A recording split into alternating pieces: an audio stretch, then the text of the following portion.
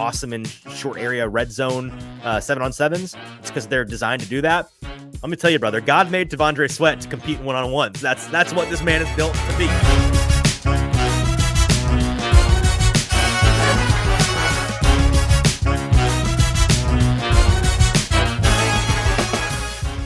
Welcome into the Hot Read Podcast. I'm your host, Easton Freeze, director of published content here at BroadwaySportsMedia.com. We're also brought to you by the 440 Podcast Network, and you can follow me on social media at Easton Freeze. I am joined for this Friday, August the 9th episode by producer JT, who you can follow on social media at JT_Runke. JT, last episode before we are reacting to Titans football in one shape or form or another. Yeah, it feels exciting. There's actual other NFL football on tonight, even. Like, it feels so good. Oh my gosh, to be is back. there? I've not even thought about this. Okay, who's playing? Do we know? Best bet gauntlet. Take the Carolina Panthers with the points +7. We did promise 60 continuous minutes on today's show of Best Bet Gauntlet preseason, didn't we? Hey, all I'm going to say is that if the Hall of Fame game didn't get rained out, the Best Bet Gauntlet was going to be 1-for-1 to start off the season. So that's was all I want to say. Intervening and saying, we're not allowing any bettors to win or lose money on this. This is not how this is supposed to work. We can't have this. No. Yeah, but I think it's Carolina and New England tonight, and then the Lions versus the Giants tonight as well, I believe. So should be two interesting matchups. So I'm trying to think. And Hooker, as I'm about to say, is that two Tennessee volunteer quarterbacks? Rocky Top Nation, we are pulling out top. we're pulling out the fine china tonight. We got a special one on tonight, I guess. So that's a great observation, Stoney. Wow. But yeah, look, we're so back. Football is back, and I'm excited. So, tell me this: if you were like checking out social media betting influencers, JT, and you went to their bio, and they had, because often you see their record in the bio, and if they had like it divided by like types of games, and NFL preseason was one of the things that they had in there, would you be more or less likely to trust their picks? I mean, I probably would. They're getting their practice in for the real thing, you know. Bettors gotta have their preseason too. That's right. You got to get the reps in. That's important. Listen, we've got a giveaway today for the Titans preseason game. We have been advertising it since Tuesday, and if you are not aware of it yet, you can be aware of it now. But I'm afraid you can't enter. It's too late. The entries are closed.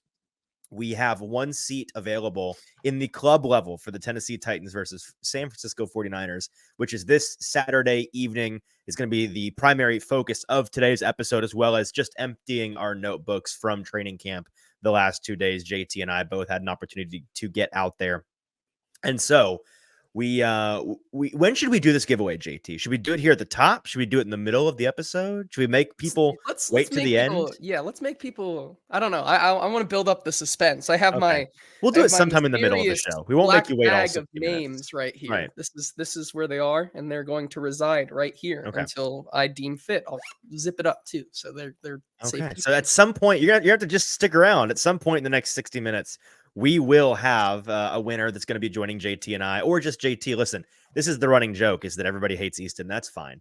If you don't want to sit with me at the game and talk about the Titans with me, I'll just stay in the press box. That's fine. It's not a big deal. I won't come down and visit and say hello and hang out for a couple quarters, but at least JT is going to be joining you in the club level for the Tennessee Titans game this weekend. So that's going to be exciting for one of you lucky winners.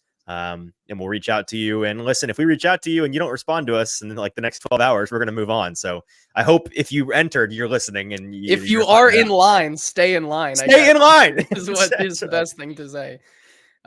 We got the duel of the fates in the comments here. Kenneth saying somebody keep JT off the preseason gambling sites. And that's right. Call the number. And then Zach saying anytime touchdown for Xavier Legette tonight. No, so call the number. I thought, isn't Xavier hurt? Is he even guaranteed? I don't think he's playing tonight. I wouldn't be surprised. I'm afraid not. Okay. We're going to dive into, again, those two big topics. The primary portion of today's show is going to be dedicated towards the educated fans guide, viewership guide to the Titans' first preseason game, previewing what's actually going to matter. Because with these preseason games, it is easy to watch them with an undisciplined eye, just kind of taking in the ball game like you would any other normal regular season ball game. And you are going to gather absolutely nothing from it if you do that, if you do not focus in on what is important. It was funny, JT, at the Titans open practice, the other day at the stadium, at Nissan Stadium. Coach Dave McGinnis was on the mic talking, like narrating throughout the practice, which was really cracking me up at times. He's just naturally a hilarious person, but he was like coaching the fans in the stands on how to watch practice. He's like, now you're not going to want to just watch the whole thing. You're going to want to focus in on one group, maybe focus in on one guy, pick out a number. Hey, 68, I'm going to watch him for a little bit. And it's right. Like, that's the way that you have to watch practice out there, like we are. And it is also the way that you need to go into the preseason game, because most of the guys that are playing are either not going to be employed by the team in a couple of weeks, or they're not going to see the field unless all hell breaks loose and they're out there. And that's a bad thing if they see the field. So there are only a handful of important guys and important position battles that we're going to focus in on. And you and I, JT, draft style, are going to go back and forth, kind of picking the most important things to us that we are going to be looking at. There's really only 5 or 6 of them, honestly, that I think are of importance. We're going to talk about all that, and then emptying our notebooks, some Will Levis discussion. I think we're now, are we officially 3 weeks into camp at this point? 3 weeks down? Does that sound, or yeah, so, something like basically, that. Yeah. Close to 3 weeks. We've had more than a half dozen practices under our belt. And I want to give another kind of update on Will Levis in the quarterback room. Some T'Vondre Sweat talk. Spoiler. He looks as good as I could have hoped he would look. JT, I think you feel the same way. It's a little early. Let's not take victory laps through 10 practices or whatever it is. But the haters they're sweating. I can't confirm. There's salty moisture beating down their foreheads at this moment. So that's a tough scene for them.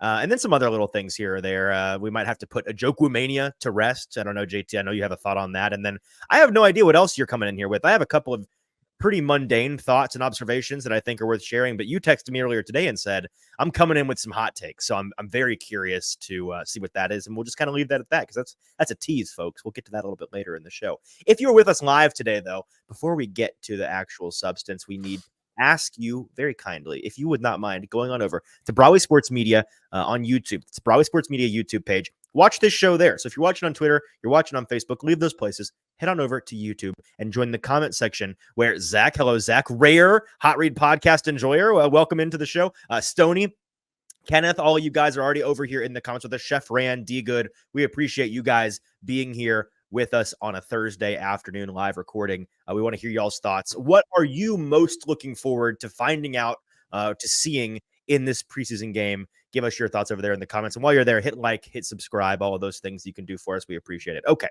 that's enough fluff. JT, let's start with the viewership guide today. And there's a clip that I think you got from practice today. We should start with this.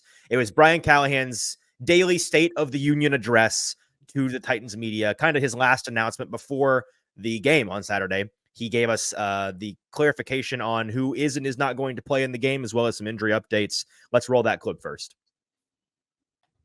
Nick Vanette was out. That's a veteran rest day for Nick. He also will not play in the game on Saturday.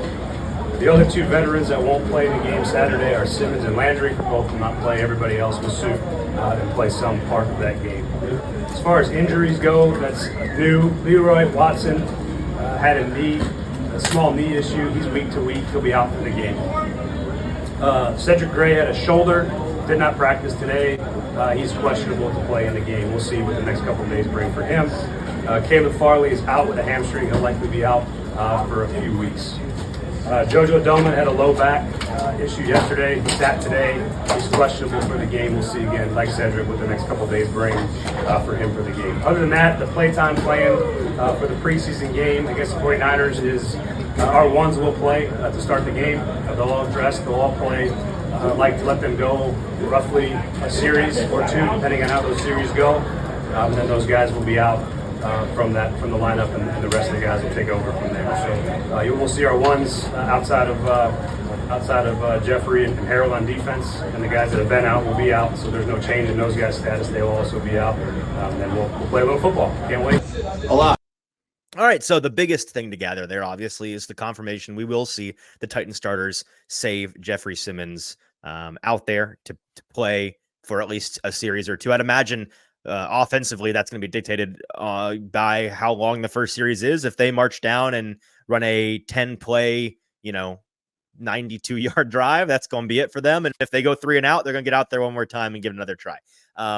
So odds are, I'm going to bank, by the way, on 2 drives, because I'm going to guess they get out there and 3 and out, and they have to run it back again. And that's just kind of based on how the offense has looked at practice, which we'll talk more about in a little bit. We've already got some folks in the comments talking about what they're most interested in seeing. Zach saying he's looking for more 50-plus yard runs from Will Levis. Yes, reliably informed on the internet yesterday that Will Levis broke off a 50-plus yard run on Wednesday. I was at that practice. I saw him run for about 20, 25 yards, maybe 30. Certainly did not see a 50-plus yard touchdown run of any kind.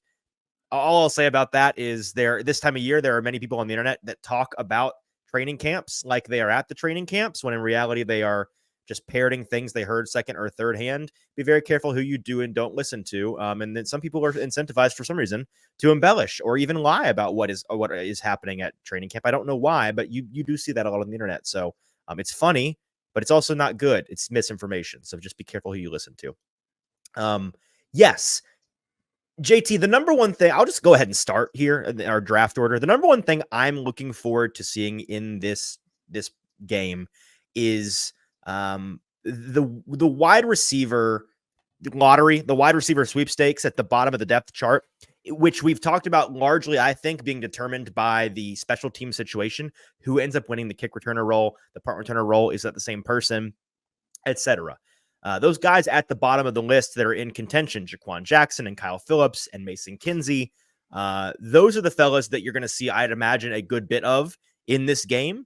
And those are the guys that, again, just the way that they're utilized on special teams, I'd imagine anybody that's in contention for returning roles is going to just get cycled through. I don't think it's going to be like one guy gets the whole game. So what they do with that very limited opportunity is going to be very important, as well as just doing the receiver thing. And there are certain guys like Mason Kinsey who, if you've been a Titans fan long enough, you're conditioned to see him turn into prime Wes Welker this time of year. And he's going to, lead the team in targets and yards the next 3 games and still somehow inexplicably miss the final cut. And then the fans that are box score scouters or smooth brained individuals say, how can he not be on the team? There are reasons. If you watch him play real football against ones, there are reasons why certain guys are fringe candidates. Now, I'm not saying I'm not trying to single out Mason Kinsey here. He's not a bum. He's a friend. He's a scrappy guy. He's useful on special teams. I think he's a useful return man. So, like I've said in the past, it wouldn't shock me if he were to make this team based on the wide receiver injury situation. But that's what I'm looking most closely at, JT. How do those guys perform? How are they utilized in the return game? And one last note I'll add here, if folks, we don't have the clip of it, but we did hear today from Kyle Phillips, who many fans have, for good reason, written off as a potential return guy, because he was kind of drafted to be that. And then, a lot of fumbles, a lot of miscues, too much insecurity with the football. I think the last time we saw him try anything in that regard was in London, right? The Ravens game. And I think right before halftime was when he fumbled and gave the Ravens a free field goal right there to just kind of stack up the points. And then I think he got hurt on that play too, if I'm not mistaken. So we didn't see anything from him again. This new coaching staff has come in and given him a blank slate. And so he's getting to compete for the job just like everybody else. Whether you think that's wise or not, that's the reality of the situation. So I think he is at this point firmly back in the mix. Yeah, I think our priors of what we thought Kyle Phillips could do is now just kind of turned on its head with that comment today, for sure. Definitely going to see a lot of in the mix there with both on the punt returns and also the new kickoff regime, getting to see regiment. I should say. That's the ability to have 2 of them back there on that play, I think is going to be able to see what separates them all out there. And I think you're going to get a lot of looks with, like you said, Kyle Phillips, Mason Kinsey, Jaquan Jackson, he was also drafted to build that role. And then to be able to play that role. And then also you cannot forget, I should say, guys like Kearis Jackson and other guys that could still be in the mix. That's a Freudian slip, by the way. You cannot remember Kearis Jackson, I think applies to many Titans fans at this point, because yes, he has kind of gone by the wayside in our memories, but you're totally right that we should not forget Kearis Jackson being in the mix. Interesting, and I think it was our buddy Paul Karski earlier today. I've listened to a number of things today, so I've lost track. I apologize if this is wrong. It may have been Zach. It may have been Braden. One of those 3 guys said, it's been hard to tell with these fringe guys through training camp so far who has really emerged, not in the return game, but as actual receivers.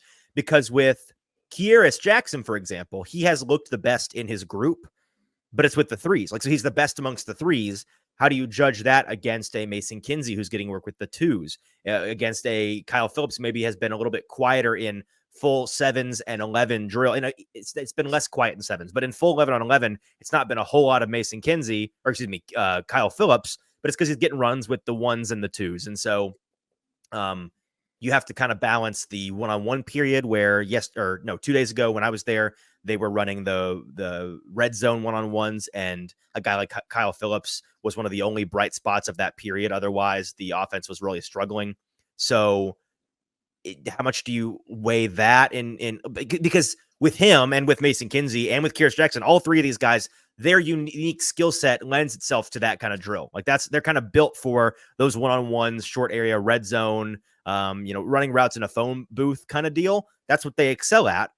It's the other things that you're considering. Can you stay durable? Are you able to be deployed at different positions in the offense? Are you able to be flexible with your route depth? Can you separate downfield? All of those things are what we have questions about, not whether or not, Kearis Jackson and Kyle Phillips can separate on a short intermediate route across the middle of the field.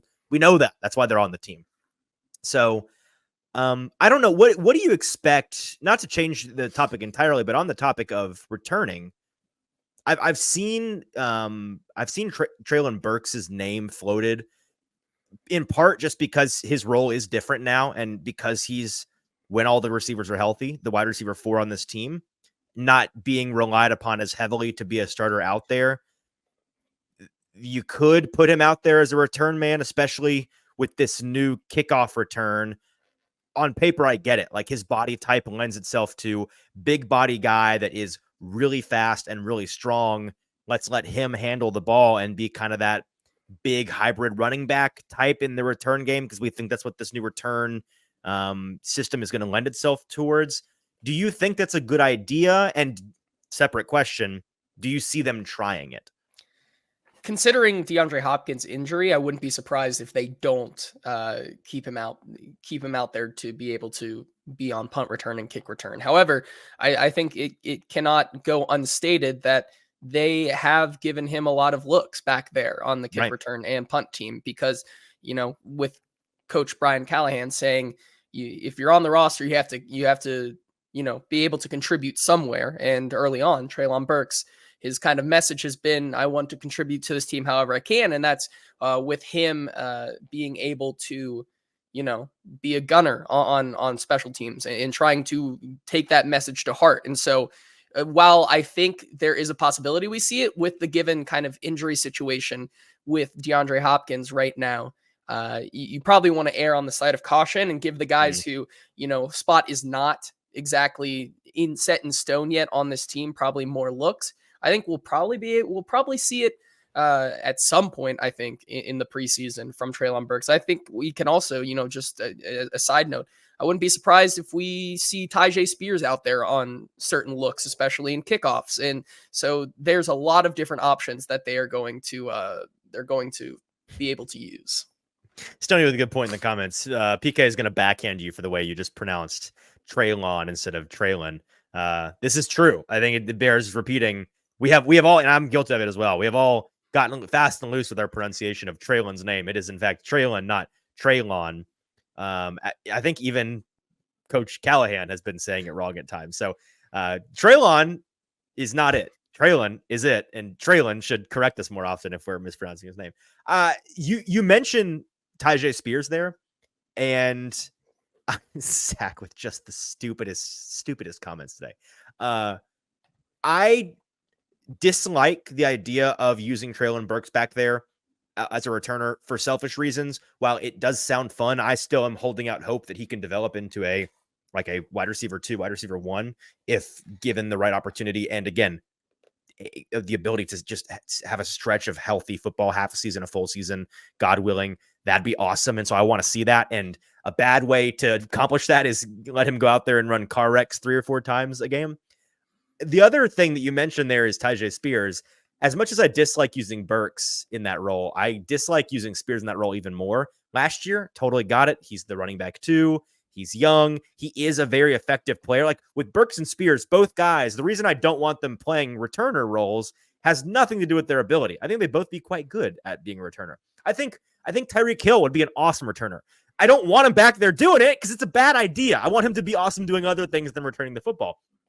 And so I Kenneth giving me grief. How many times is Easton going to fall for the Traylon Burks cheese in the mousetrap bit? Listen, I've said it, Kenneth. My only concern is the health, and I do not dispute that the dude can't stay healthy, but I still maintain it's kind of the same way I feel about Kyle Phillips, by the way. I maintain that if they could just stay healthy, they're good players, and you'd see them as the good players that they could be if they could just stack some games. But again, neither can stay healthy. So let's wait to see that actually happen. Those are my personal opinions on those two. Do I think they give him a try? I think they do. I do think with Tajay, I'm less confident. With Traylon, I'm pretty sure we're going to see him return something during the preseason, and it'll be exciting. And I'm going to be holding my breath, praying that it's not like the one and only play he runs this year, because frankly, that's the point we're at with him. So. Yeah, and as DeAndre says in the comments here, he gets hurt walking, let alone doing kick returns and punt returns. And I think that's a fair thing to say. I know a lot of people have pointed out, I think most notably and most vocally, Buck Rising has noted that Traylon always seems to just find his way to the ground somehow, whether it's in his route or being able to. This is a big breaking goal point too. Exactly. Like, Traylon is already getting himself into questionable plays just with how he plays the game out there. So you are right that he could be really good, but that's probably an even more likely way for him to get hurt. Okay, what's the next biggest thing you are going to be watching for in this game? Is it a person? Is it a position group? What is it? It's a person, and it's got to be the revenge game for Chris Hubbard. No, I'm just kidding. On the opposite I forgot side that he's a Niner. line, That's crazy. I think it is. As looking at the comment here, Kenneth says in the comments here, T'Vondre Sweat versus an offensive line not belonging to the Titans. And this is an interesting point because we've talked about how T'Vondre Sweat and Jeffrey Simmons have been like this unstoppable duo and how T'Vondre Sweat has looked really, really good in camp. Well, now you're going up against an offensive line that is not the one you see every single day almost. And then on top of that, you're not going to have Jeffrey Simmons next to T'Vondre Sweat this weekend. So it's going to be very interesting to see T'Vondre Sweat go up against guys. As Stoney said, we mentioned this on Tuesday's show, his ability to go up against Dominic Pooney. That's going to be for the sickos, the draft watching sickos that we are. That's electric. It's electric. It's going to be super fun to see that matchup, but more so, T'Vondre Sweat on his own, see how it can be more or less than just a compliment to Jeffrey Simmons. Let's see him be able to use that pass rushing work that has been so highly praised this training camp. Let's see it in action against someone else, not the Titans. We're going to talk more about Sweat later in the show, and in particular, the endurance that he's demonstrated so far, which has been part of what's really impressive with him. But the reason I bring that up now is, they're only going to run the starters for a series or two, which is what Brian Callahan said. And with offense, it's easy to tell, like they'll run a series. And if it's not successful, they'll run one more. That's the way it's almost certainly going to go. With the defense, it's less, I guess it's similar in the sense that if the ones get out there and it's a 5-6 minute drive, maybe they pull them. Then again, if it's a 5-6 minute drive and they let the opposing team just march down the field, the defensive coach may say, hey, that was lousy. Get back. I want to see your butts out there again. And let's play some good defense here. We need you to actually play defense. Let's focus up. So I could see that happening too. With T'Vondre, he's a starter. How much do you think we're actually going to see from him? Because there's a part of me like you that's like super stoked to see him play, but I'm afraid it's going to be, 12 snaps, 15 snaps. And then it's going to be the end of the day. And that's fine. I get that. But how much are we going to be able to garner from that sample size? I think it really comes down to if he's able to, in those snaps, capitalize on at least one of them like he does in training camp, right? We always get that 1 or 2 T'Vondre Sweat reps in training camp that just knocks your socks off and shows you how impressive this guy is. And, I think if we can get one of those, we can, it doesn't do much, but it solidifies that this guy will be able to do it in game in these live reps instead of just like in training camp one-on-ones. Right. Right. And it's worth mentioning. Let's just kind of talk about the 49ers second team players that, a lot of this game, I'd imagine it's going to be a lot of third team guys eventually too, but at least to start the game, the Niners, I don't know if folks know this, pretty good football team, pretty deep football team. And this group of second rung players, just depth chart wise, Ricky Pearsall, don't know if he's going to play, but he's there. Ronnie Bell, I believe a Senior Bowl standout Chris from last Conley. year. Titans right, legend. That's right. Jacob Robbie Cowing, Chosen, who was just signed today. That's a great point. I'm not going to bank on him getting much run in the preseason, but he could. Spencer Buford, Jalen Moore, Ben Barch, John Feliciano, Chris Hubbard, Eric Saubert, Josh Dobbs is the second string quarterback. I don't know if folks know. Just all of the Tennessee volunteer former quarterbacks on today's show. You're going to see some Josh Dobbs action. I'll be curious to see how much they run him out there, because then it's Brandon Allen, your former Cincinnati guy, Brandon Allen, and Tanner. I'd never heard of this guy in my life. Tanner Mordecai. You ever heard of him? I do. I believe he's a rookie. He is a rookie. Can you tell me where he's from? Arizona? I have no idea. Your guess is as good as mine. But yeah, no, Wisconsin couldn't be more wrong. Okay. Yep, Tanner Mordecai. How about that? I hope it's a lot of Josh Dobbs, because that will press into what is my second point here. The second string cornerbacks, just like we've been talking about the receivers needing further down the depth chart, needing to step up and them being able to prove themselves in these preseason games. The same applies for the cornerbacks. That parallel still exists in these preseason matchups. And with L'Jarius Sneed, who with the management thing, it was curious to me that he didn't mention Sneed as somebody that wasn't going to play. Like, I was expecting him to say all the starters besides Sneed and besides Simmons will play. He didn't say Sneed. So are we going to see a little bit of L'Jarius? Perhaps. I don't know if that's the wisest thing in the world, but if they think that he needs a little bit of action, then get him out there. Cool. And Cheeto is still TBD, so he's not going to be out there. So we're going to get to see these guys that are further down the depth chart. Now, Caleb Farley, this is a huge bummer. And just it's not surprising at all. I understand that. But just from a personal standpoint of rooting for the guy and trying to hoping the guy can finally get a break in the NFL, he goes down with a hamstring injury on Wednesday, walked out of practice early with a trainer. Didn't look all that bad, but he was announced, I believe, today. Yeah, at some point in the last 24 hours that he was going to be missing at least a couple of weeks with that hamstring injury. So we won't see any of him. That means it is a big opportunity for two guys in particular come to mind, and that would be the rookie Jarvis Brownlee Jr. out of Louisville, who we've been hyping up a whole lot. And then the other rookie, UDFA, Gabe Judy Lawley. Those two are the ones that I'm going to have my eyes glued to. Yes, you're going to have Trey Avery out there. I understand. You're going to have Anthony Kendall out there, Robert Javier out there, Keaton. Sorry, that's a safety. That's Eric Garrer. I knew I was missing somebody. Eric Garrer is going to be out there, but to an extent, not Robert Javier, who's a rookie, but with Kendall and Garrer and Trey Avery, especially Avery, they're known quantities at this point. Like we pretty much know what you're going to be getting in those guys. It's the upside guys in Judy Lawley and Brownlee Jr. that I'm going to be really excited to see go up against, again, some nothing receiving talent like Gabe Judy Lawley versus Jacob Cowing. Give me some of that. Like, I want to see that matchup. Ronnie Bell versus Jarvis Brownlee Jr. Those are the kinds of matchups. If I see those two across from each other, I'm not going to be focusing on anything else in that play besides those two.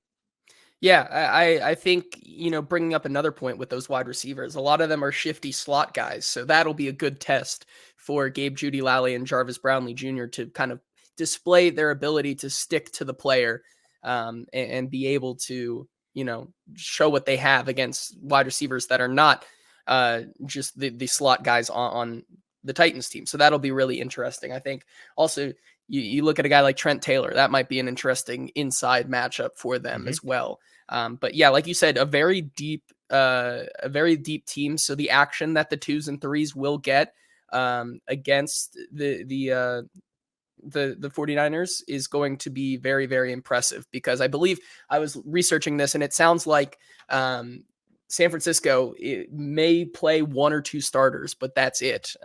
Just going off their preseason history in years past, right. A lot of the starters have Kyle Shanahan has rarely ever played any starters in any preseason game. So you might get the Titans offense looking maybe a little better with the starters and the Titans defense looking better. But like you said, it's a deep team. So this is some veteran talent that has been around the league and is used to this. I want to hear your next answer, your next draft pick for the thing you're looking forward to most in this game. But I only mentioned the 49ers second team offense. Let me mention the defense real quick, just because there's some funny names on here. Robert Beal Jr., Kevin Givens, Jordan Elliott. How about the folks probably haven't heard this name in a while. Yetter Gross-Matos is on this team. D. Winters is out there. Curtis Robinson. How about this? This is a deep pull as well. Demetrius Flanagan Fowles is on this roster. Ambry Thomas, Tracy Walker III, George Odom, a Titans familiar face, Rocky Sin, not familiar having been on the team. The Titans have played him a number of times with Indy and then with Baltimore. And then Renardo Green, the rookie nickelback out of, I completely forget, Boston College. Does that sound right? It sounds right. I think also the Wake Forest prospect, one of the two. I don't know. The Wake Forest prospect Malik Mustafa out there is a guy that we also had our eye on. Will be interesting to watch him play as well. Yeah, I don't know. Did you see the news this week? He was missing practice. He was hurt or something, which stinks. But I don't know whether or not he's going to play. I hope it was nothing. But I saw at some point, either yesterday or today, that he was out of practice. Either way. An interesting group. And so what is the next thing that you are most looking forward to seeing out there? I think to have to be Brian Callahan's play calling. I'm, whether it is with the 1s, 2s, or 3s, just being able to see Brian Callahan and how, he's not going to empty the bag because it is preseason, but this is his first action as well. And so it's interesting to see, even if it is just going to be a lot of nothing and playing very just like, not a really complex offense this weekend, seeing him get in the saddle and do the head coaching things, I think is something that we take for granted. And it's something that he needs to work through as well. And I think that's going to be interesting to be able to talk to him about that and also watch it during the game. What is it on Madden where it's like John's pick? And it's like, if you don't want to think about what you're calling, it's just the generic play call for the situation. It just hands you an AI generated It's like play. Madden, John Madden, recommendation. The Madden recommendation play. That's what you're getting all weekend long. I do find that interesting because my initial reaction when I hear, I can't wait to see what the play calling is like in a preseason game, is to roll my eyes so far into the back of my head they never come back. But when you've got a completely different identity offensively and defensively for that matter on this team, is it fair to say that even the most pared down base vanilla version of your offense that you're going to be running in the preseason is still a basic representation of what your offense is going to look and feel like at its core? I do think that there's something to that. It's like on the scale of nothing, something, everything. It's certainly something. It's certainly not nothing. It's certainly not everything. The biggest thing for me is going to be how much do they spread it out? How much different is the run pass divide?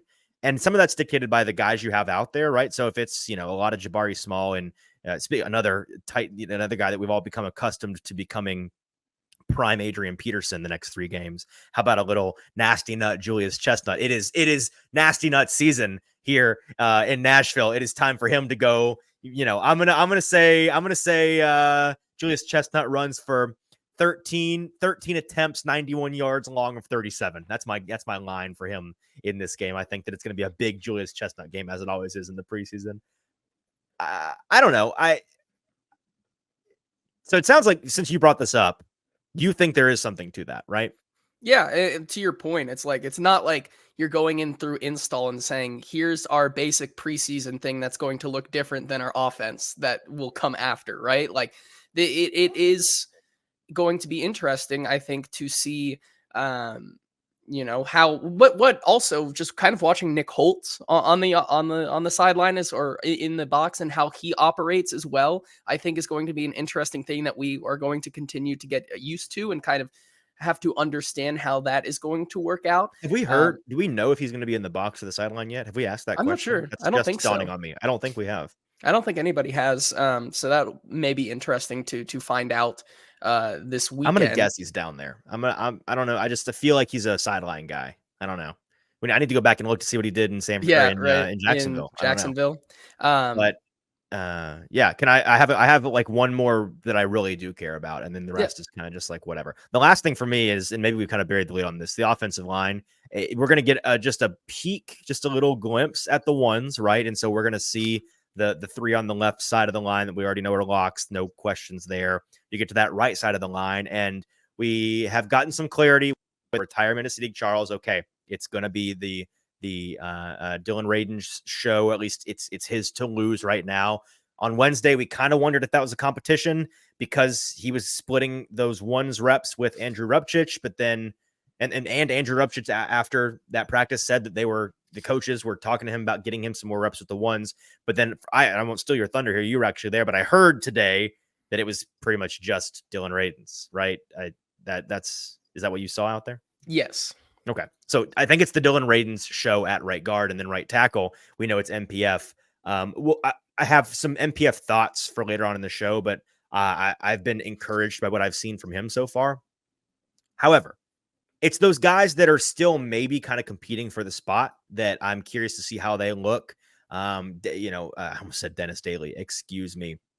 Not Dennis Daly. That is really a brutal callback. Cole Spencer is the rookie who we came in with like some high hopes. They paid him a lot of money, but he's not really caught my eye a single time so far. Daniel Brunskill, Andrew Rupchich, as previously mentioned, John Ajokwu, which might be tough. Jalen Duncan, which also might be rather tough. Latavius Simmons, Corey Levin. Of these guys, Leroy Watson not playing. Garon Christian. Of these guys who will see a decent amount in this game, who are you most intrigued to see play? It's the guy who I'm going to give it right back to you on mispronouncing names here, John Ajokwu. Ajokwu. Yeah, Thanks. And now I'm messing up my own thing as well. I can't even say it right. We're gonna figure it out. Give it a backhand comment to you. His ability to play the real live reps. This is kind of also going in. I'll save my hot take on the offensive line here, but seeing if he can still continue to compete for a depth position on this team, I think that's going to be very, very interesting. Wait, so what's the take? That he can or can't? Or are you saving the take? I'm saving the takes. I'm gotcha. Saving all these takes. Excuse me. Gotcha.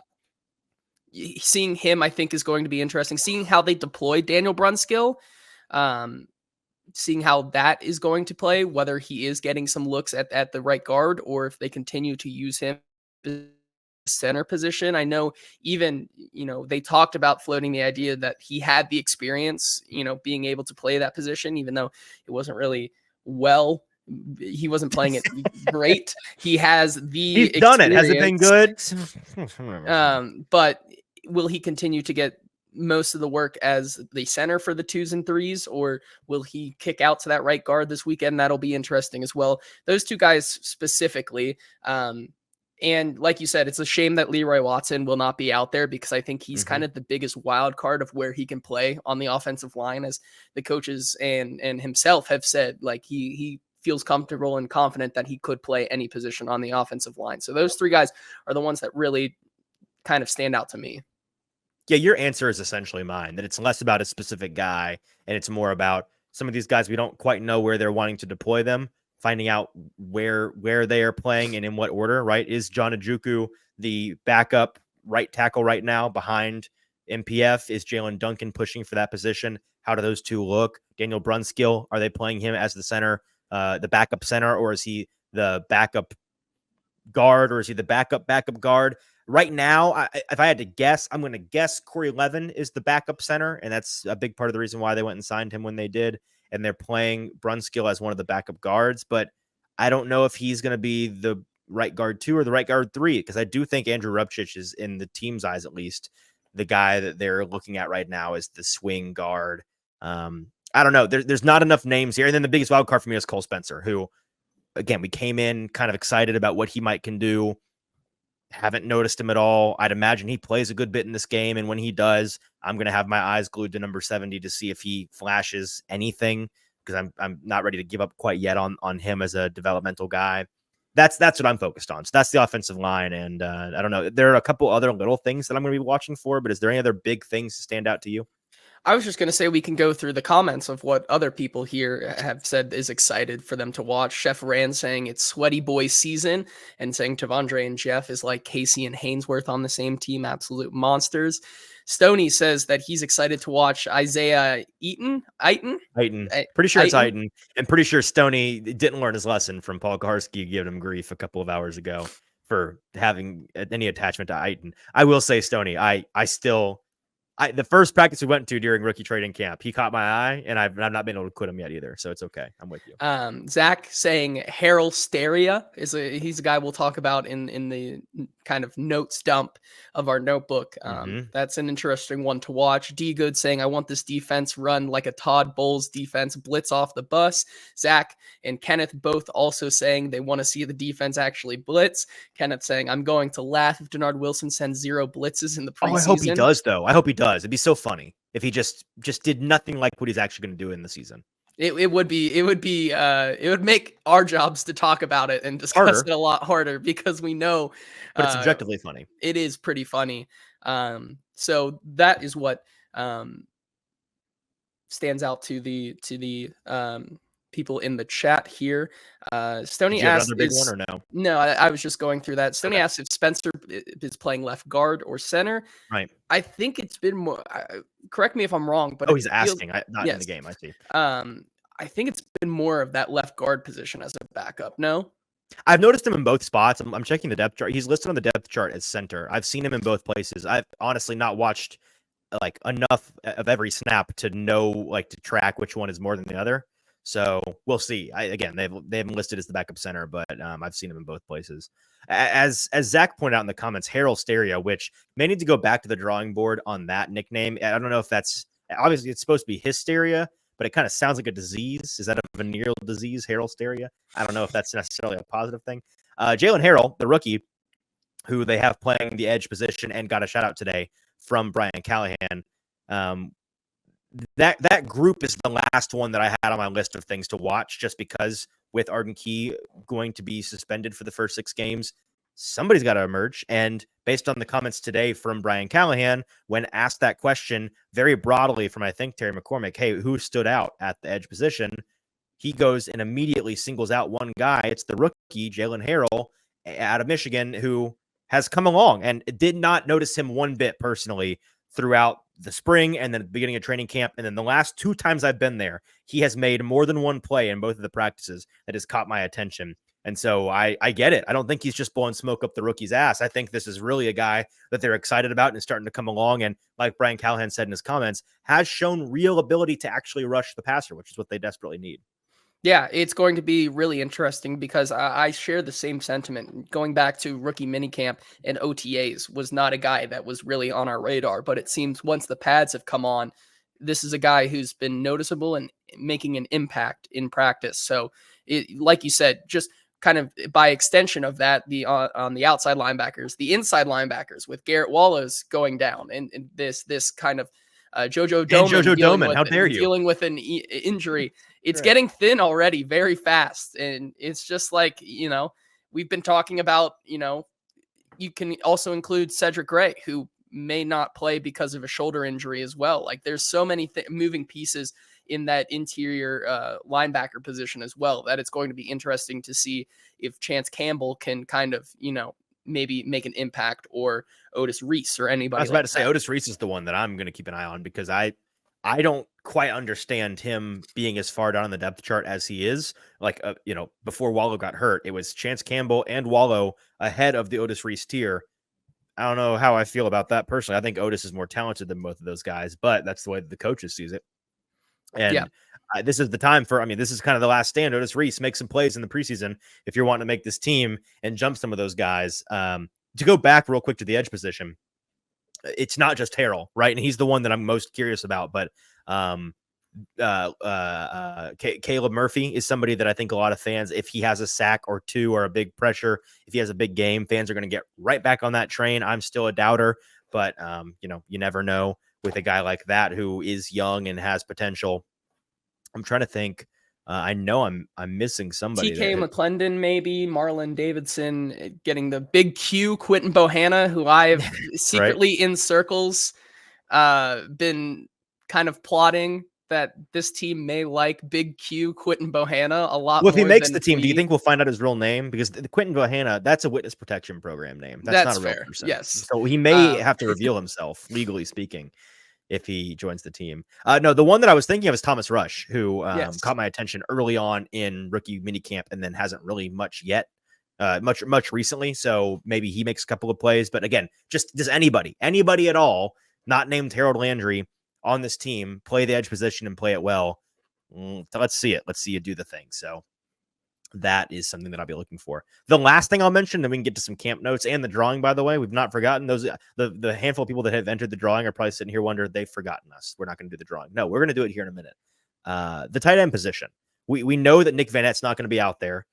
We know that you're only going to get a couple of drives out of the co-starters in Chig and Josh Wiley. So, on a personal sicko level, that brings Thomas Odukoya into play, and I will not and cannot quit Thomas Odukoya. Every time I want to give up on him, he goes out there and makes a play or two. And when his competition at the bottom is David Martin Robinson and Steven Stylianos, who have done absolutely nothing and do not look very like they are NPC camp bodies, no disrespect, but that's just the reality of the situation, fellas.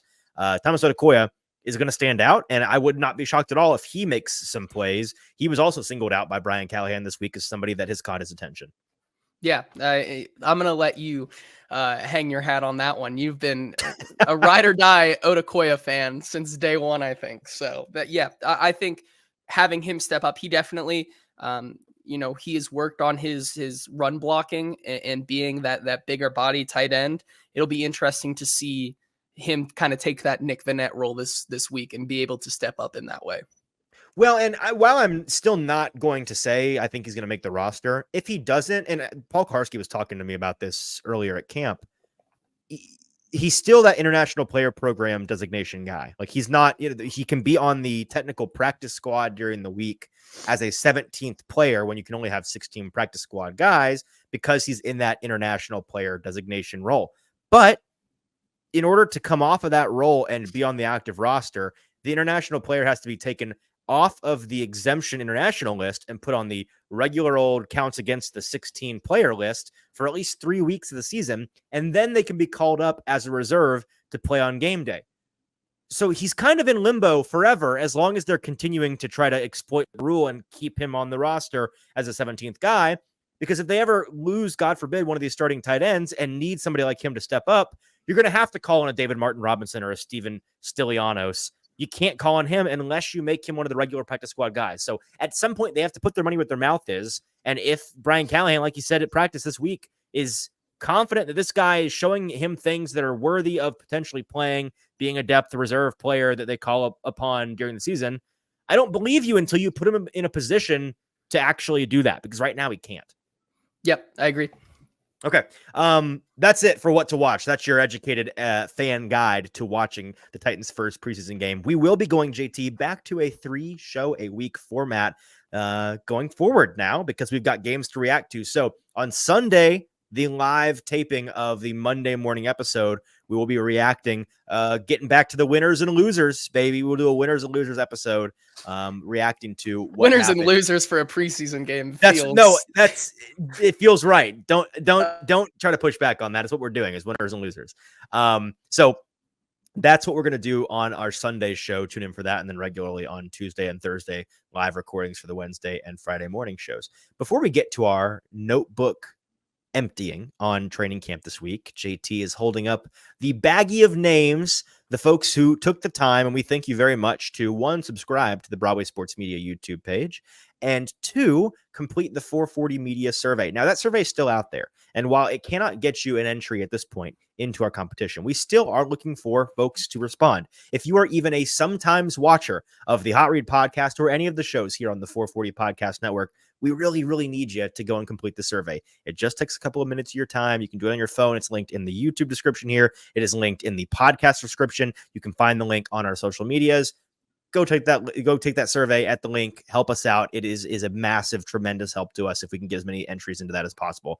But without further ado, JT, who is going to be joining you and potentially I, whether or not they like me, in the club level for Titans 49ers this weekend? Are you ready? You ready? I am ready, have a and we drawing? have some people. Little drum roll? We have at least some people here live in the chat to Okay. react. Derek says fingers crossed, and he's in there. he's got some confidence here for my preseason ticket. So best of luck to him. Best of But luck to yeah, him and how all I'm of our gonna do this, I'm competitors. gonna open it like that. I'm just going in. All right, Okay. we can start the drum roll now.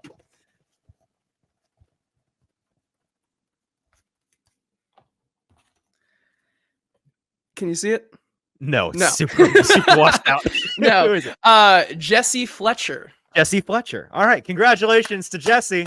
Congrats on winning that ticket. We will reach out to you and listen. If Jesse doesn't respond to us in the next 12 hours or so, we'll Derek, have to do stay in another drawing. line. Stay in Derek, line. stay in line. If you're in line, stay in line. But yeah, congrats to Jesse. We're looking forward to having you out there and hanging out to watch the Oh, there you go. Titans. Now you can see it a little better. You see that? Yeah, I mean, I Yeah, there you definitely go. can't read it, but it is there, and I see words. Yes. I trust you that it's Jesse Fletcher, so we'll reach out to Jesse. Congrats, Jesse. I'll keep this here. So in case Just in Jesse case. does not, but like Derek says here, stay in line because Jesse could have gone AWOL. He could And be D-Good missing feels in bad that action. he has to attend the game with me. Again, he doesn't have to. Well, that'll be dealer's choice on that. Jesse, if you're listening, and I hope you are, because otherwise I don't know how you're going to find out about this. We are going to reach out to you, and we'll give you the information on how to hook up with us this Saturday evening for a good little time. It's Tony's saying Jesse Fletcher. That's actually Quentin Bohanna's real name. That may be the case. We may have one of the Titans players just want an extra seat to come and watch the game instead of play. Okay. Before we get out of here today, we've just got some general notes to empty our bag on, and I've actually got one more clip to show from Will Levis. Do we want to start with the Levis topic so we can get that clip out of the way, JT? You wanted to talk about this, Levis's connection overthrow issue, and it's kind of more on the topic of the sobering reality of what Will Levis has looked like through camp so far. But I asked him on Wednesday about how he has worked to improve his pocket awareness. And that's one of the biggest issues that anyone who has actually watched the film on him in year one and in college, for that matter, one of the biggest issues you have with him, that's one of his biggest weaknesses.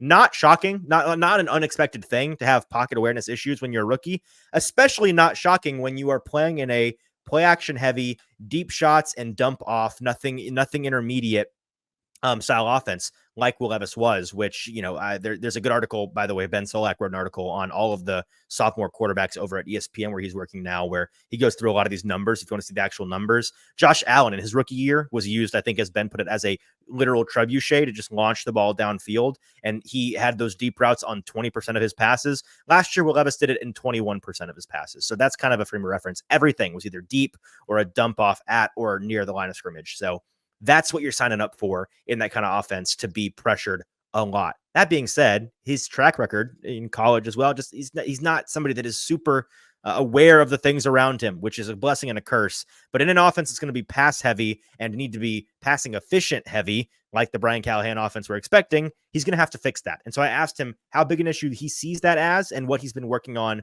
to address it. And here was his answer. I mean, you hear, especially earlier in my career, I had a habit in college, like most guys, they don't want to move into the pocket and move into pressure, and they feel like they're most safe, back there and being able to look up and just bounce back around. We got such a great inside push from our D-line with Sweat and Jeff. There's been certain times where in most pockets you're comfortably able to move up, just being able to feel that inside push and knowing when you can't move up that much, and it's more of an in-place reset opposed to an upward. So a few of those times where I'm feeling kind of someone on my chest or not really being able to finish my throws, I know that's because I might have just moved up a little too far in the pocket, and I'm going to be okay with just sitting back there a little bit. So that's a situational thing. It depends on what team you're playing, the kind of defensive front, their strengths and weaknesses. But Jeff and Sweat have been giving us great looks, and they're going to win sometimes, and I got to understand that and feel that and be able to just sit back in that pocket and be able to deliver the ball well. I know you're. So that's one of the biggest things in this preseason. A little bit, whatever little we see of him, I'll be paying attention to. But especially when the season gets kicked off, that's something that I'll be paying a lot of attention to. Just real quick, Derek in the comments asking if his name was in the bag. Yes, Derek, your name was in the bag, so don't worry about that. JT, what did you want to talk about on the Levis topic, the connection overthrow issue? I kind of think I know where you're going with this, but what was your observation from camp on this front? It's kind of the ongoing discussion we have about for every Titans deep state media piece that they put out on Will Levis and how good his throws have been. There is an equal 4 or 5 overthrows that I've seen. They are shaping the narrative. Do not allow the state to shape your narrative. Open your eyes. In practice. And I believe I was not there for this, but you were for once again, round 2 of Brian Callahan's fireside chat, where he talked about how much film they've been watching on certain receivers. And he noted guys that he's worked with in the past, like Demaryius Thomas. Marvin Jones was an interesting one. Emmanuel Sanders, CD Lamb. I think the weirdest one, I think, for deep balls is the Anquan Bolden one, which I think is a really interesting concept using him as well. But kind of just working on Will Levis's timing, I think, is the biggest thing for him right now with those overthrows. And so kind of talking about his continued development here, it needs to start. I'm glad that they're bringing attention to this, doing this in training camp, and being able to, really get him working on that timing and connection with guys like Calvin Ridley and NWI and Treylon Burks, so that they can kind of be more in sync. Yeah, no, I completely agree. I don't say this to concern people. I don't think we're bringing this up to concern people, because as we mentioned on Tuesday's show, it's hard to tell what is and isn't consequential this time of year from quarterbacks. You hear people like charting exact completion percentages for quarterbacks and like, well, you had 7 interceptions over the past 7 practices. There's a reason why we don't get all up in arms over interceptions in training camp in early August. There's a reason why we don't get all up in arms about a guy that is struggling a little bit in training camp. You have to take the totality of the month into consideration. You have to keep trends in mind. I think one of the biggest things that actually does matter is focusing in on where chemistry lies and what connections guys seem to have. So like that's something that's actually substantive this time of year. But there are countless examples in the past of guys like CJ Stroud, for example, last year, who in the preseason and in training camp, it was regularly very mundane to questionable to downright bad, and folks were concerned. And then he got to the season and gave him 2 or 3 games, and through 8 quarters, he was tearing the world apart. So it's not everything. It's something, and certain elements of it matter more than the box score you're getting from Jim Wyatt or whoever, not to disparage him, but like, I know that he tracks that kind of thing. Folks that are tracking the stats, that's not the most important thing to gather from this time of year. So, but what is important is making sure folks don't get a little bit over their skis and saying, Will Levis looks awesome. All I'm seeing are highlights. There's a reason all you're seeing is highlights. That's not all that's happening. What else do you want to talk about? T'Vondre Sweat, can we mention him real quick? I've got some footage from him on Wednesday. At practice on Wednesday, I was talking to some folks saying I would kill for them to show us some defensive line, offensive line one-on-ones, because we keep seeing these cornerback, wide receiver one-on-ones, and they're sick. Give us some big boys actually playing football. And then it happened like 10 minutes later, which was super cool. So here's a compilation of all of the Sweat reps from that day. JT, you can go ahead and roll it because there's no audio. It's just going to be a loop of the times that he went one-on-ones and 2-on-2s, working primarily against Lloyd Cushenberry, against Daniel Brunskill, I believe, and against Peter Skoronski, if I'm not mistaken. But yeah, he looks really good. And if you're the guys that are sitting there charting wins and losses and one-on-ones, T'Vondre Sweat is one of those guys that there's not really many losses. I've not seen him definitively be shut down on a rep. And part of that is the nature of like, this is a superpower. We talked about Mason Kinsey and Kyle Phillips being awesome in short area red zone 7-on-7s. It's because they're designed to do that. Let me tell you, brother, God made T'Vondre Sweat to compete in one-on-ones. That's what this man is built to be.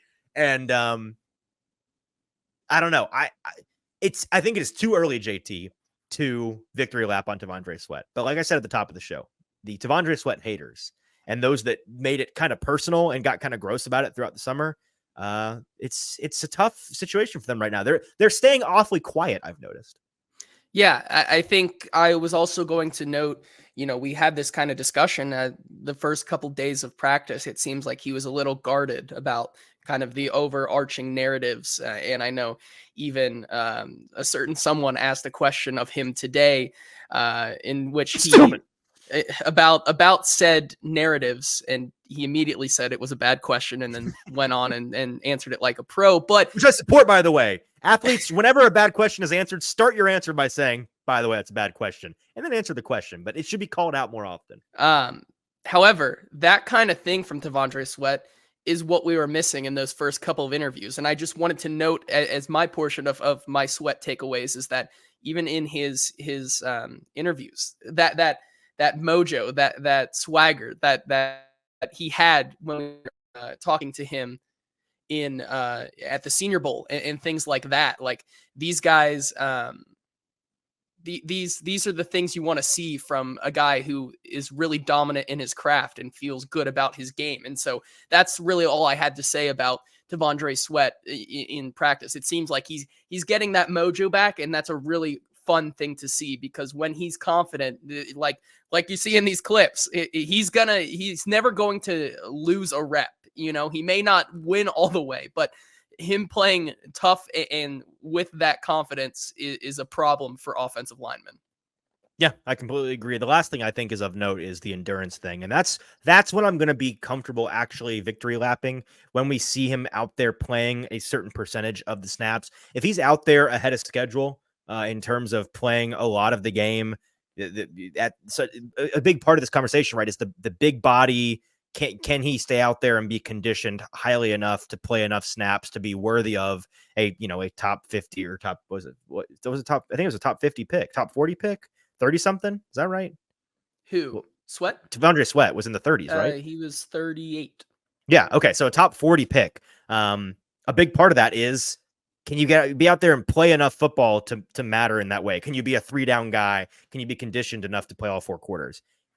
So far through camp, and Brian Callahan mentioned this earlier this week, the conditioning is good. And in terms of a guy that you want to be a 3-down full game player, Callahan said you want to see 5 or 6 snaps in a row from the guy. And Sweat said that's what he feels comfortable doing right now, is playing 5 or 6 snaps in a row and not getting out of breath. That's where he would kind of evaluate his own conditioning.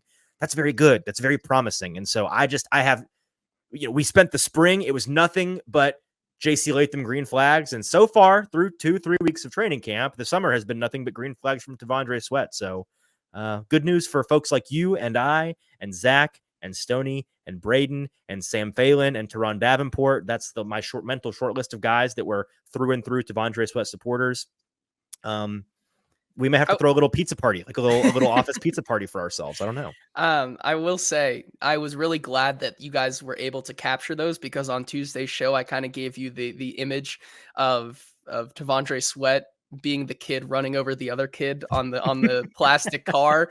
And then I was able to watch that clip and I was able to use it. Like that was so fun. I was like, perfect timing. So it is perfect. Yeah. And it's also, that clip is not a meme. It's actually a documentary. That's actually just what happens whenever T'Vondre Sweat is playing.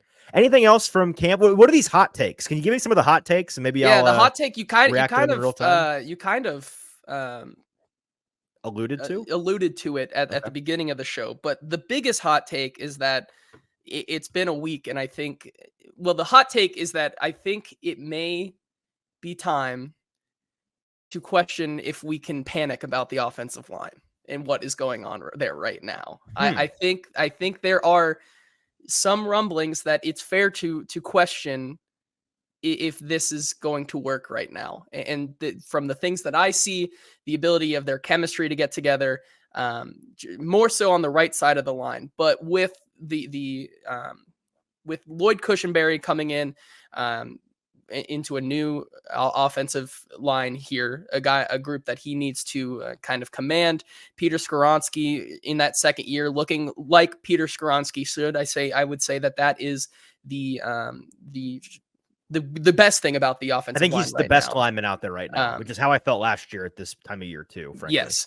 And so with that right side in limbo, Lloyd Cushenberry's newness to this team, and then the rookie kind of hurdles that JC Latham might experience here, I think it's fair to question that, as we talked about last year and how dominant the defense continued to be every single practice, I think we're seeing some shades of that again, and I'm interested to see. I'm not panicking, but I'm not panicking yet. And so with that, I do want to come out here and state my case to probably some people in the chat who might fall to their knees at a local Walmart when I say this or something like that. But I'm here to say that Juku Mania is dead. It's never been over. It's never been Say it ain't over. so. Stoney, cover your ear. I hope Stoney was sitting down somewhere. He may be dead in a local Walmart. That is terrible news. It's NPF's job. NPF Yes.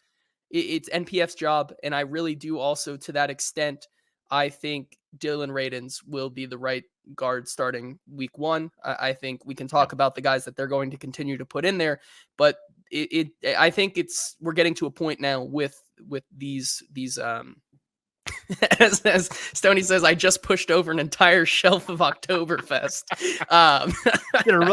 A running swan dive into a pyramid of toilet paper rolls. Yeah. I think that's the starting group that we're going to see come the first game against the Chicago Bears is going to be J.C. Latham, Peter Skoronski, Lloyd Cushenberry, Dylan Radins, and NPF. And so with that in mind, how confident can you be? And as Stoney also says, I think I'm actually ready to panic with you, JT.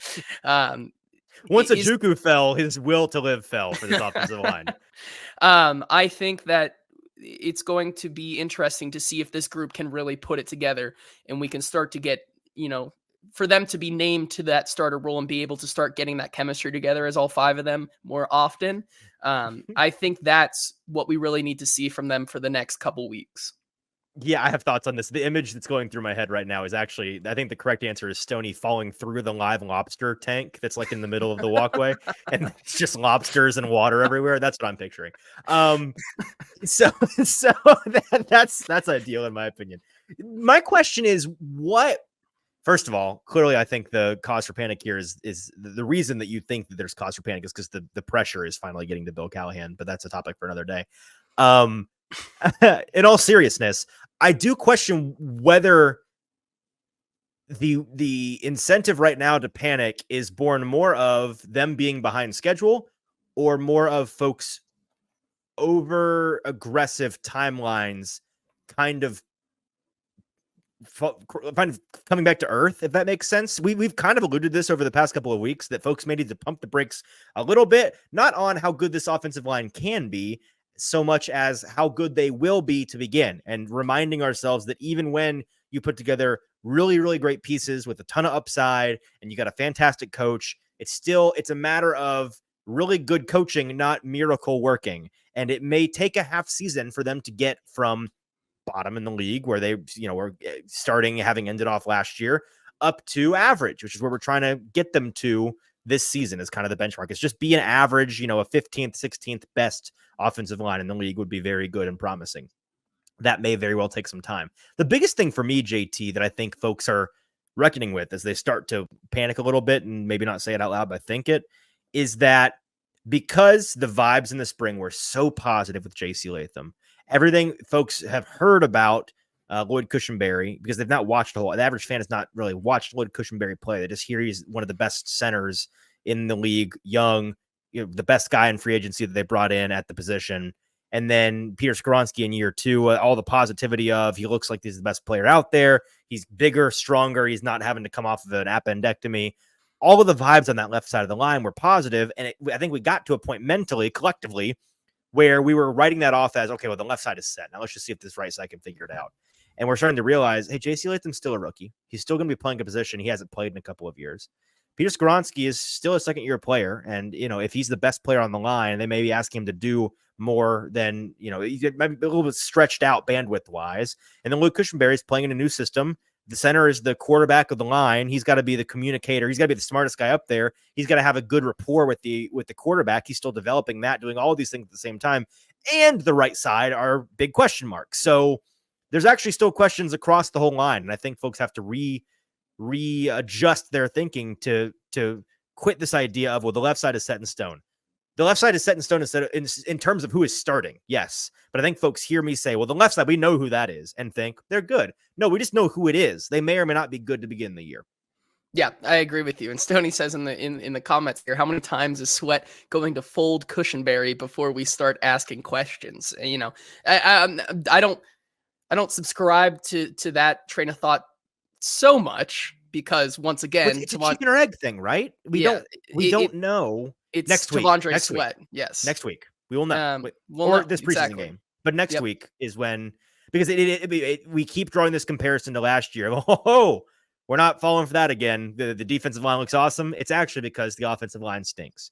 It is possible that actually this offensive line is fine, and the defensive linemen that we're looking at, Sweat in particular, they're playing really, Sebastian Joseph Day having a quietly, Jalen Harrell getting after these guys are actually just overachieving in our eyes. I'm not saying it's likely. I actually think I lean more with you that it's makes me worry for the offensive line a little bit. But we won't know until they play other people, is my point. We learned to be skeptical, and I think it's good that we're skeptical now instead of going into it with blind optimism last season. I think being skeptical is going to be yes.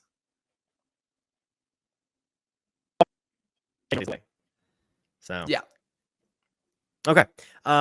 Anything else to empty the notebook on? I really don't have. I think that's it. I mean, we kind of talked about Jalen Harrell. I think that's a guy. I think Derek in the comments asked about Murray still impressing. I think Kenneth Murray continues to be, for my money's worth, the best inside linebacker that they have, and whether or not we keep hearing these things, not necessarily that he's wearing a green dot or anything, but that he's kind of quietly become the leader of this defense, the field general. So maybe kind of wearing a half green dot kind of style thing, which is not what we would have expected from him, or any of us really would have expected from him at the time of signing. Right. But they continue to have the utmost confidence in him. So, he may not be making a play every day, but he's impressing by way of what the coaches have to say about him. All right, 3 players who are going to score a touchdown this weekend. See if you can just get the trifecta. Who is it? Who's scoring? For the Titans? 3 touchdowns. Who is it? Yeah. If they score 3 touchdowns, who are the 3 players? I'm going to go. I hate that you said one of the worst sentences I've ever heard in my entire life. Nasty nut season is not a combination of words I ever. The nasty nut season. I don't want to. You don't get it. You just don't get it. See, that's such a Gen Z thing of mine, and you, the most Gen Z person I know. I don't get why you don't think it's funny. I don't know. I just I don't like it. I was gonna say, Julius Chestnut needs to be in there. I think that's one. Okay. I think let's go Mason Kinsey for 2. Yeah. And then I'm going with one of Stoney's picks here, Bryce Oliver. Why not? Let's. Yeah. Bryce Oliver. That was going to be my deep cut. Malik Willis to Bryce Oliver connection. Yes, I think that's literally the whole take for me. Is that it's those 2. Yes. I'm glad we're on the same page. Derek says. I'm going to say. You go ahead. Derek says JC Sweat and Jaquan Jackson. You better take that ticket, that 5 cent to win $500 billion ticket up to the window right now. Because that'll be very interesting. But Stoney also says Bryce Oliver, David Martin Robinson, and Hassan Haskins. So okay, I'm gonna say Bryce Oliver, Jabari Small. I'm gonna say that just Jabari Small punches one in from like the 2-yard line and steals somebody's thunder, and Thomas Odukoya. So I'll go Odukoya, Small, Bryce Oliver. We'll see who hits more on that front. Okay. Congrats to Jesse Owens Jesse Fletcher, who's going to be joining us in the stands.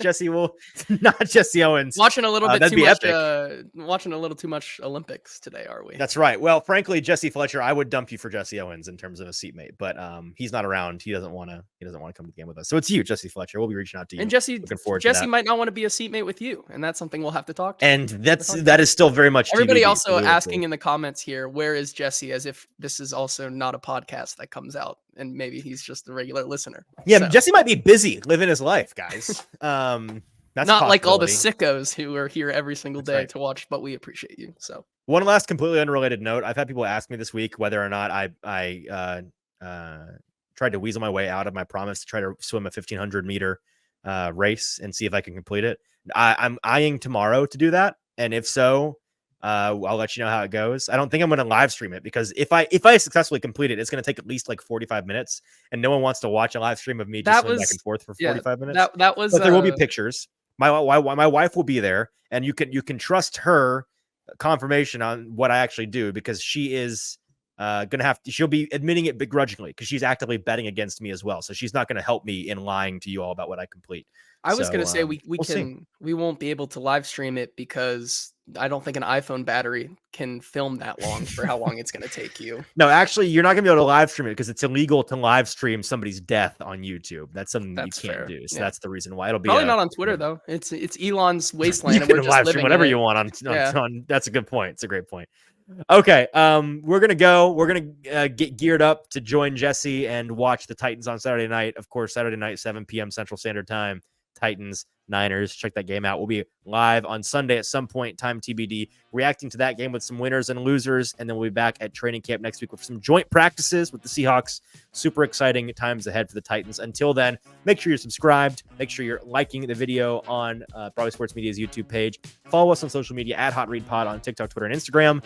Until Sunday, for producer JT, I'm your host, Easton Freeze. We'll talk to you then.